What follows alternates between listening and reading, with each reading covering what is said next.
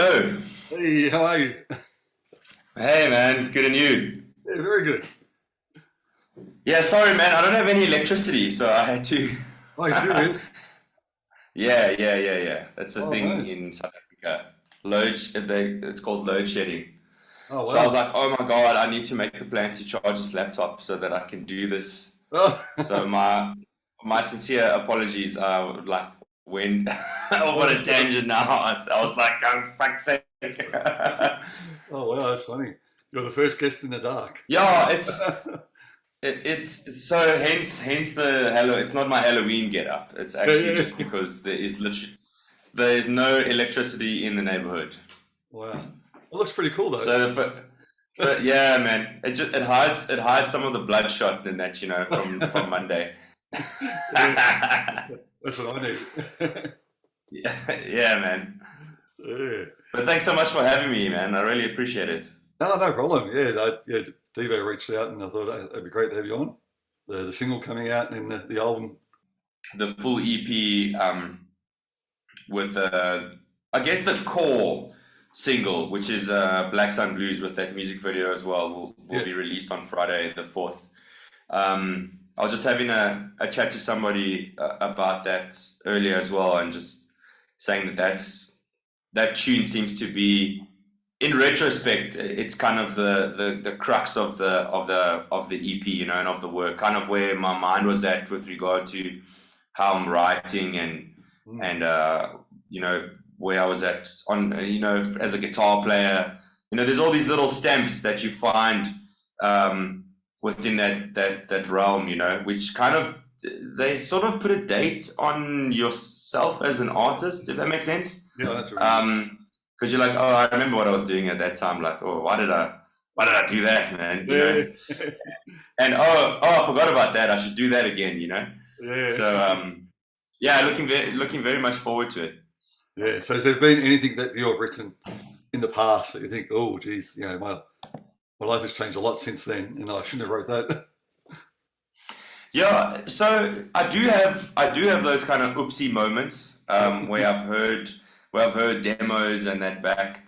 A while ago, a mate sent me a demo that I did when I was in high school. I think I was probably like 17, Yeah, of this track, and I was like, oh my God, this is the most embarrassing thing. But that said, it's important to start somewhere, and I think that process is really important, and it does come with some pain. yeah, It can come with like self-reflection and looking in on it and going like, oh man, I should be able to do better than this. And initial, that initial challenge is, of getting through, um, working, or listening back to work that you may feel isn't your best. I think it's really important because it does drive you.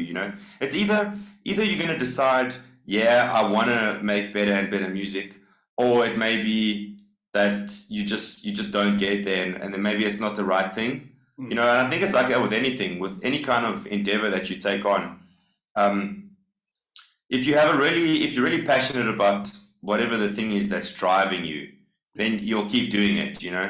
Um, but I mean, it's a long-winded way of me saying, yeah, I definitely have some shit music out there yeah, somewhere, that I'm like, yeah, let's not release that. Let's yeah, you know, in my later career, so in the last, like, let's say five or between, like, maybe 5 8 years, I don't really have anything that I go, that I'm like, that's bad. It's maybe just that, there's so many variables that have gone on, over time, that attribute to how a song or a record is made. And there is actually a tune called "Let It Go," which is kind of like a slow, bluesy, grungy track that I did in before I even conceptualized what I would be doing now. It's probably like a good 5 years ago. okay, I put this tune together, and we went and did a demo. And we did actually release it as a part of a band that I was in at the time called Black Harbor. We did release it, but it wasn't finished. I knew it wasn't finished. I knew that there was something there, and it just didn't. It didn't. uh, didn't reach that point when I said, okay, cool, this tune is done, Yep. you know. And so I revisited it and I actually re-recorded it, and I'm really happy with the way it came out. Nice. And listening back now, there's still are some things that I might change, but that's got more to do with taste rather than with the presentation or the delivery of the recorded tune. Yeah, because you write all the music and lyrics, don't you? Yeah, absolutely. That's kind of been in bands that I've played in the past, there's been a lot more sort of equally weighted musical direction. Yep. But I think, and I've been asked this question as well, like why the solo thing? Why do you go under like a solo name? Because essentially it is still a band. I have permanent band mates. And the straightforward answer is because there is a lot of, or there can be a lot of, tension within that band realm if somebody decides to leave the band because of family or work, or especially as a youngster, when you start a band and you're 20 years old or younger, life happens. I'm one of the few, maybe a handful of musicians who I kind of grew up with and we cut our teeth with, who are still doing this full time. A lot of guys aren't anymore. Their lives took them on another path, and I think that's the reason why, is because I know that I can drive it, and I have a pretty clear route. And I think to answer to answer the question more directly, that kind of is the crux of why I write the lyrics and I write the music, because I know that it's got a direction, and I'm prepared to have people work with me, but I'm not really prepared to let go of the reins just yet, because it is very important that it keeps going. Somebody's got to be that kind of driving force, and I guess I've just taken that on. Yeah, no, that's great. So talking about lyrics and everything, so can you tell us a bit about the single that's coming out, the Black Sun Blues, like the story behind that song? Black Sun Blues has got a lot to do with order and chaos, lots of paradox, and I think it's really about being able to understand what chaos is and what order is in many different forms, and if you kind of go through the lyrics in that sense, you'll see it quite plainly, the of like good and evil and love and hate, and all of these kind of these archetypical ideas of the push and pull, and I think that it's healthy. It's a healthy balance. I like to describe it as a tightrope, and this tightrope walk. A lot of my music, I think, lyrically has to do with growth. Where here in particular, it's more of a commentary on what that order and chaos is, and what it might be to the individual. It means something to me, of course, but as a listener, or putting it forward to a listener, I'm pretty sure it's going to take on its own life, and that's sort of the point. Yeah. That's lyrics have always been dear to me in that sense. That I like to. There's something that I'm trying to portray, most definitely, but usually it's got more to do with painting a kind of start point of the canvas and then allowing the audience to just fill in whatever they want to. That's more important to me, as opposed to like driving home a very particular message. Like if you think of bands that are very like politically motivated, or come from a certain kind of like style or genre where they have like a very specific motive behind the lyric. I've never really done that. To me it's more about art. Yeah. It's more about expression and catharsis, and being in the abyss somewhere, and getting that kind of thing, out of my system, I suppose. Yeah. I sound like such a nerd now, man. But I'm a massive classical fan, particularly of Beethoven's writing, and even more specifically of the piano sonatas. Okay, yeah. Of course, the symphonies, you know, but there's something in music without lyrics. That's not really, you know, opera. I wouldn't go as far as putting it into the operatic realm because it's obviously localized, you know, and it's Yeah. very much storytelling.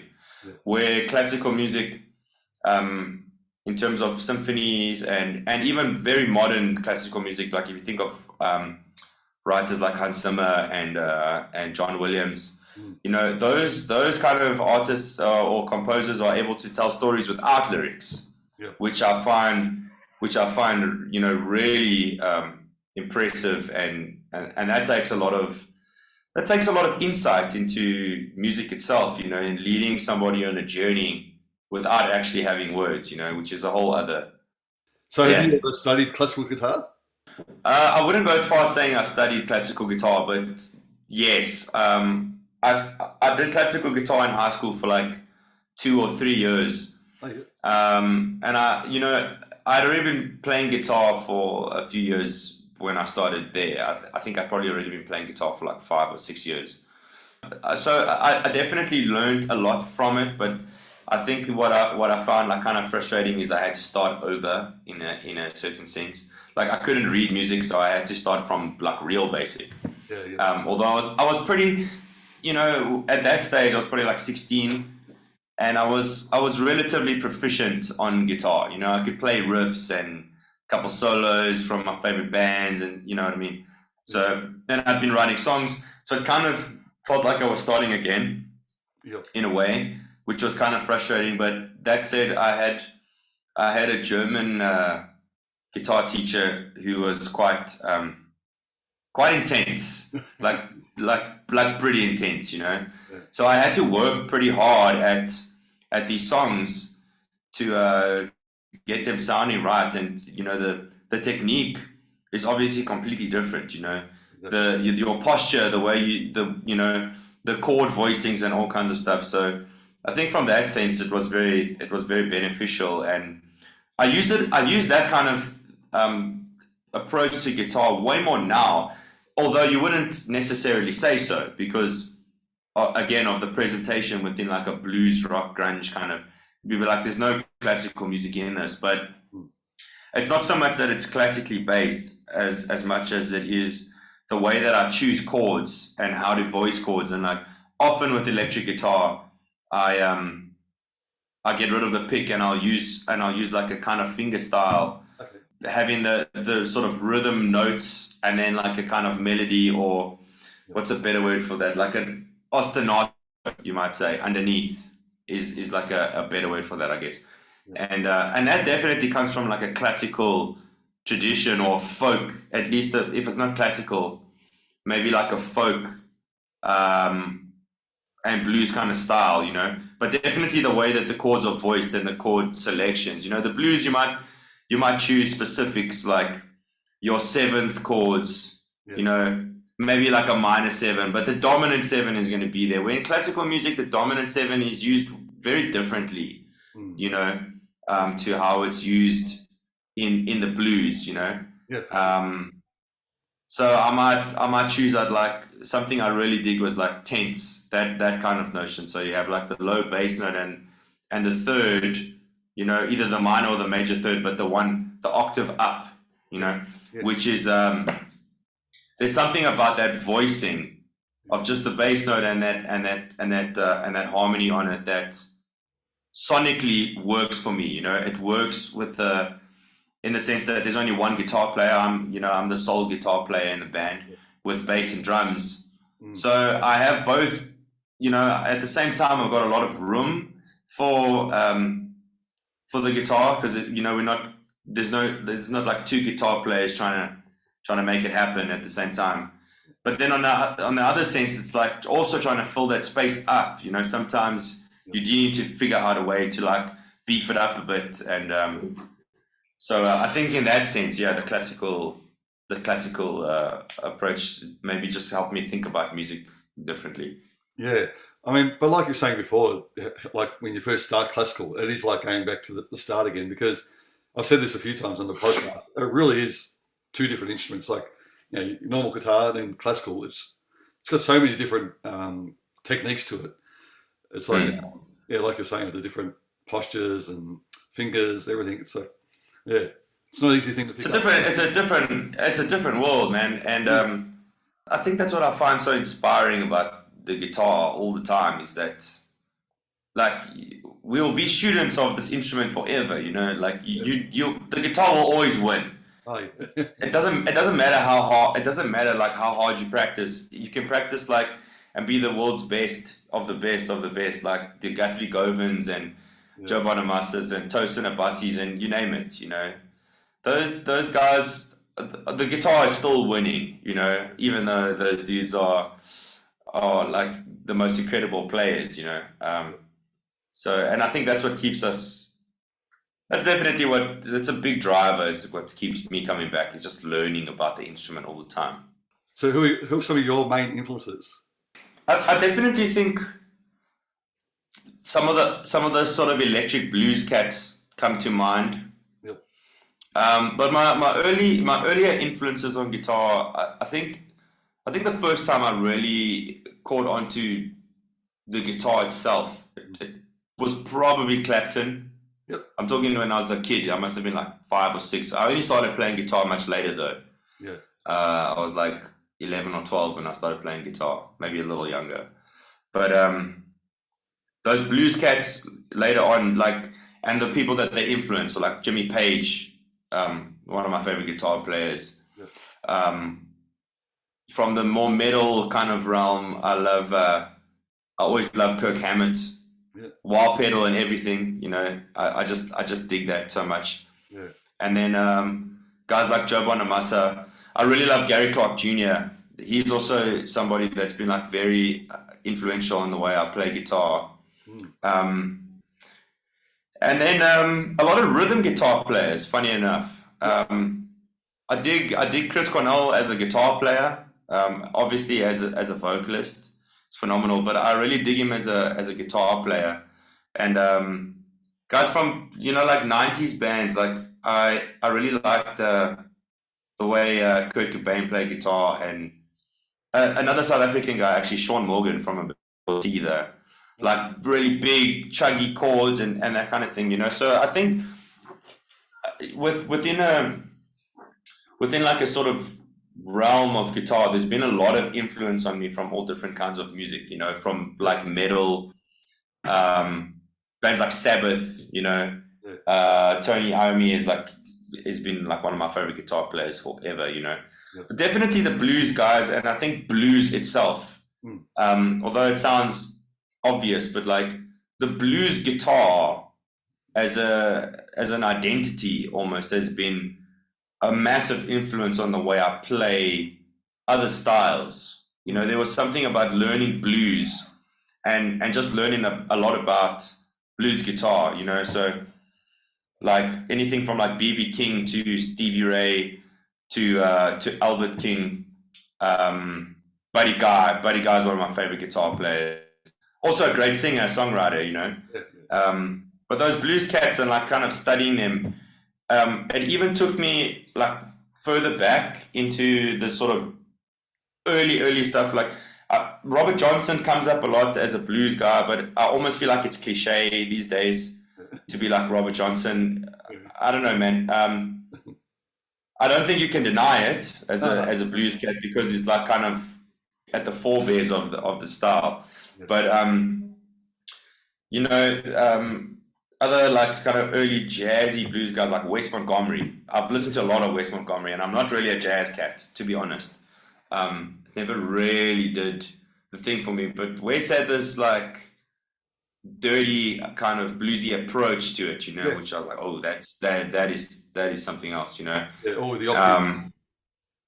Yeah, absolutely, man. But also this like sort of for jazz, quite a dirty tone, you know, not quite overdriven, but near, you know, like it almost wanted to go there, which is kind of why I think I prefer that kind of thing.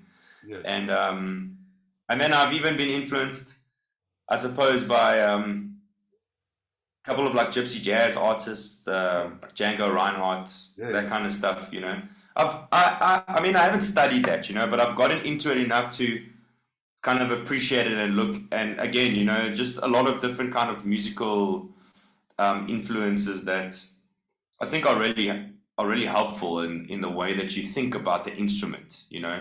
Yeah. And I may never go so far as to have something like that be obvious in the way I play guitar.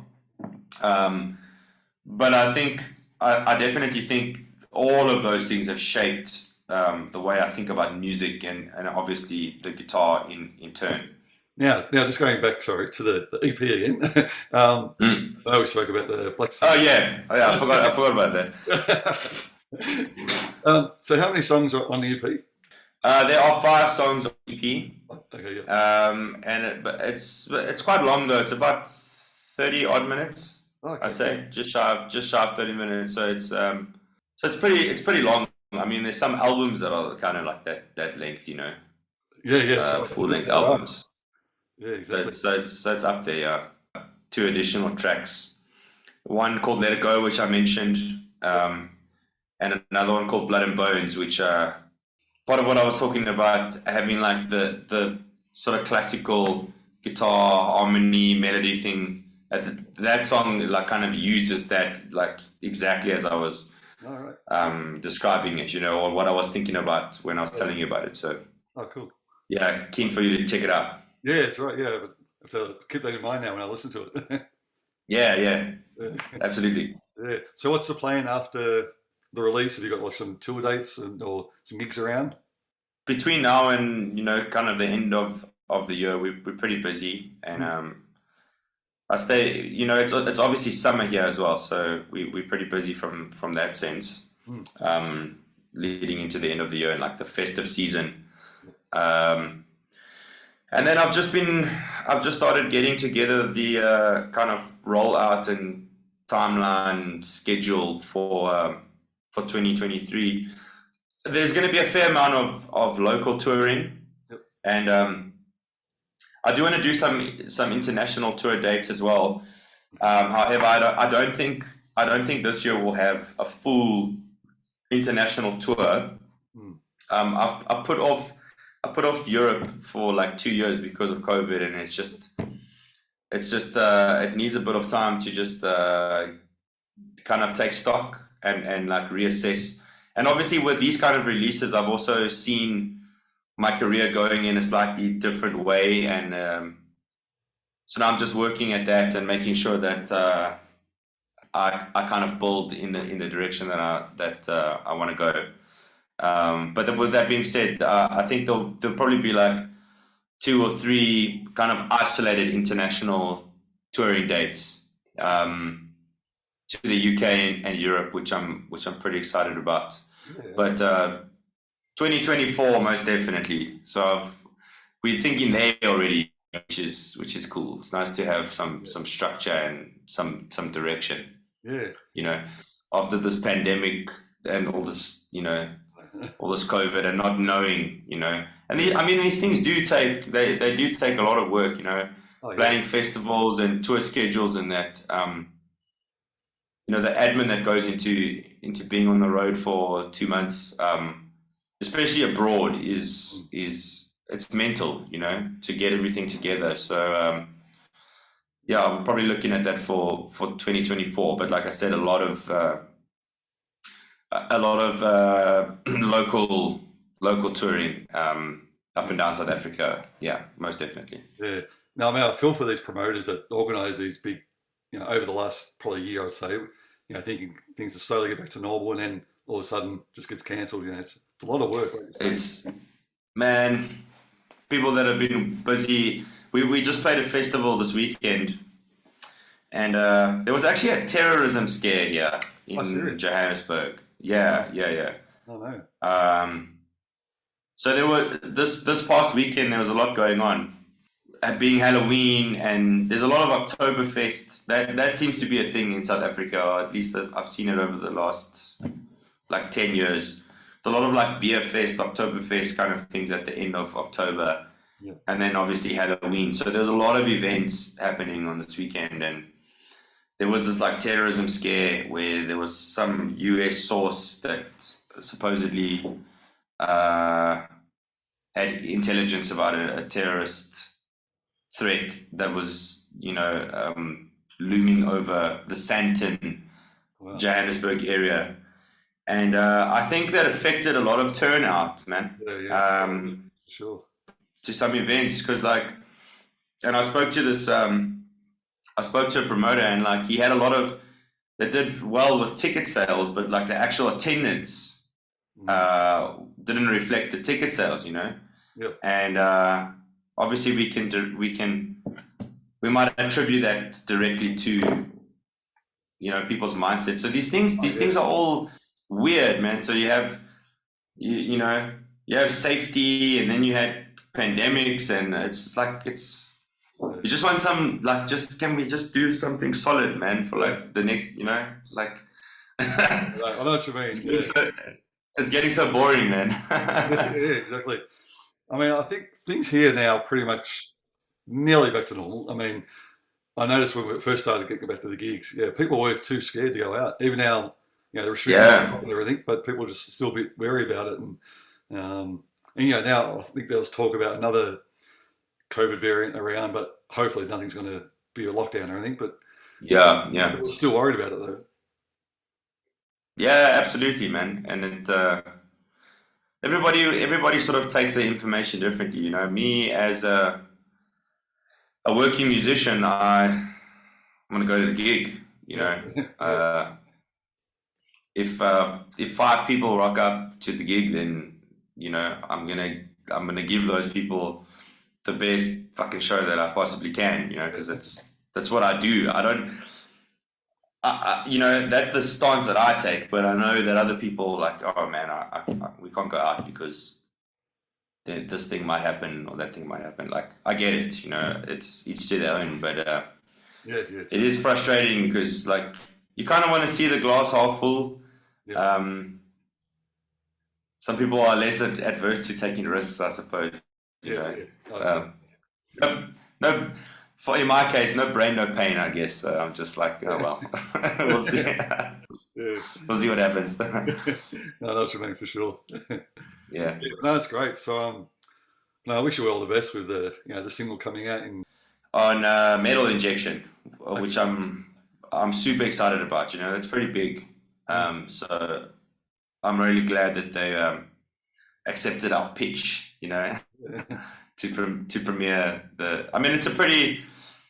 It's a really well established media house in the metal, music community. And what I think is really cool about it as well is it definitely puts a feather in my cap, because the song isn't actually, it's not metal, but I think they've been able to understand that the blues is kind of the backbone of what metal is, at least at least if you think of bands like Zeppelin and Sabbath is a great one, So I think from that perspective, that's Sabbath is why I'm wearing this, because of like I just like, yes, I want that, and just this like this vibe, but there's definitely the blues underneath, in a lot of Sabbath. So yeah, for sure. But yeah, I'm really excited to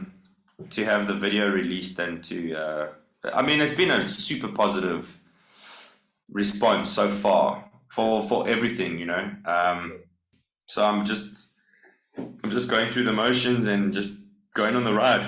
Yeah. Well, hopefully you get power back on and you can enjoy the. Yeah. They even give us schedules now, man. Really? But when when the power is going to be on and when it's going to be off. Oh wow! It's like we live. People used to joke like, in South Africa, do lions like run around in your neighborhood? And Like, no. But now I'm like, yeah. Now I'm like, yeah. We are in the jungle, man. Yeah. The deep jungle. Oh, wow. So it's actually a selected, like, it's not, Yeah, man. know what's going on. Wow. It's a thing. Jeez. It's a thing. Like, it's so bad. Like that. And I've heard about other countries having to do it because of like the politics and whatever. I don't know if this is the right platform for politics, but in South Africa, like man, like the power stations that are under so much pressure because of like poor maintenance and that over like the last, I don't know, 30 odd years. So power grids can't actually handle the amount of consumption on a day to day. And so they've implemented schedules. So like you can go on an app and you can check it out. It's not even designed by the government. It's like an independent. It's like an independent app that tells you have no power from this time to that time. So Wow, that's crazy. you better. It's fucking crazy, man. It is. It is crazy. Is it mainly at night time though that they do that? No, man. They'll switch your power off in the middle of the day. 12 till 2, no problem. Jeez. I've never heard of that before. So very interesting times that we live in, man. Very interesting. Oh, for sure. Oh, well, hopefully we'll see you down here one day. Oh man, I'd love to visit Australia. Like it's been on the bucket list forever, man. I would love to go to Australia. There's also so many cool bands from Australia that like I didn't realize were Australian. I saw a phenomenal band who I really got into. They actually came to South Africa once, called Carnival. I don't know if you've checked them out before. I've heard of them. I can't remember where they're from. I mean, man, yeah. So they're Aussies, and I always thought they were from the UK for some reason, and then I discovered they were Australian, and they came to Johannesburg once a few years ago. Mind blowing, like a phenomenal band, And I started discovering, excuse me, a whole bunch of bands like from Australia that are in a similar kind of style, like Parkway Drive. Yep. I think Dead Letter Circus is also Australian, and these kind of progressive bands, Yeah. And so there's obviously, and I mean, there's so many other examples. You can go way back. You can talk about AC/DC as well. Yeah, that's right. All the classics. But there's so many. Yeah, all the classics. Yeah, that's kind of more my style anyway. Yeah. But awesome. Alrighty, man. All right. Well, thanks very much for this. I really appreciate it. And yeah, good luck. Thank you. The EP and thank you. And yeah, we'll definitely catch up again soon. Thank you so much, Adam. I really appreciate it. All right, man. Thank you. See you, Ross. Cheers, take care. Bye-bye.